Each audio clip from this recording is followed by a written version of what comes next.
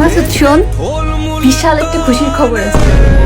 ওমা, কি খুশির খবর আপু। তুই জানিস মাত্র 5,000 টাকায় মালয়েশিয়ার ভিসা দিচ্ছে, তাও আবার মাত্র 3 দিনের মধ্যে।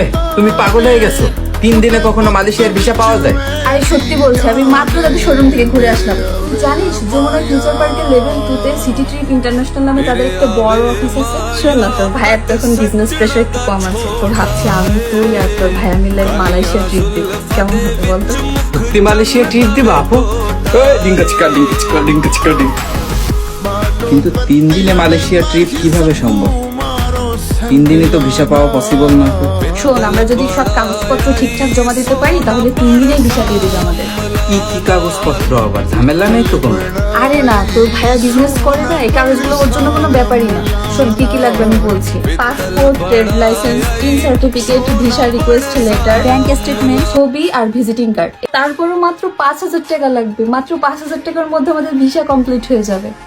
আপু চলো চলো, এক্ষুনি চলো, ব্যাগপত্র গোছাই নিয়ে এখনই আমরা সিটি ট্রিপ ইন্টারন্যাশনালে চলে যাবো, আর বাসায় আসবো না, চলো।